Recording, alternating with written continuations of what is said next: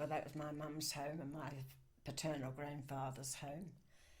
And of course, I felt almost sad enough to cry when I walked in. It brought back floods of memories.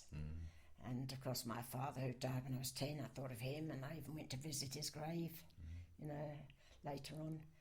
And that wasn't very pleasant. But yes, you get that. It gives you more or less a creepy feeling, you know. You think, goodness, what a lot's happened since I've left England.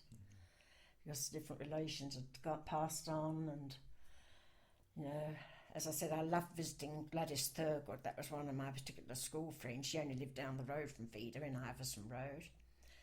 And, I visited her nearly every day. We talked, we laughed. And my best friend Doris had moved to Colchester. And, of course, she wanted me to stay longer than a week. But I thought, I've got too much to do. But I filled in every moment, and every moment I must say I loved. I loved meeting my old friends and relations. But I was upset about speaking, funnily, as my sisters described my voice and my peculiar accent. I was conscious of talking more than I am now. People said that I wasn't the nervy, shrinking little violet I used to be. And I used to say, well, really, I feel as though I'm going too much the other way. I'm getting too cheeky now. But I'm sure it's because of Australia that happened, when I had to make a new life and fend for myself, really, more or less. And I just had to get out of those nerves, and I struggled, and I did get out of them. At that time, I thought I would never go back again. I did have another couple of trips later on, but I felt that, this is the final. I've got to say goodbye to everybody. And I do not like that word, goodbye. And as the plane took off, I thought, oh dear, it's a horrible feeling. But as I said, I felt that 3 times I've been there. Each time I felt the same. You can't help it. I was still English and proud of it. And meeting up with all the people from my past made me feel I was just one of them.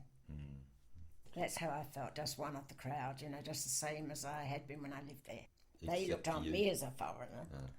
Yes, they looked on me as a foreigner, but they were interested. My sister and brother were never interested in Australia, but the others were fascinated to know all about Australia, and I loved telling them, praising Australia up to the hilt, you know.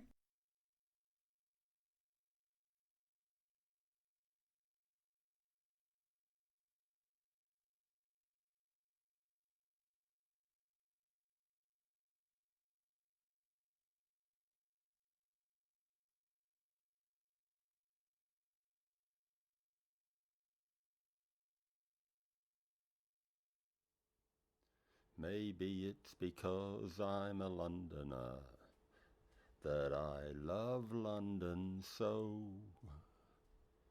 Maybe it's because I'm a Londoner that I think of her wherever I go.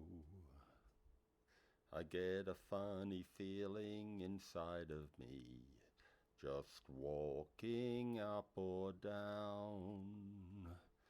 Maybe it's because I'm a Londoner that I love London town.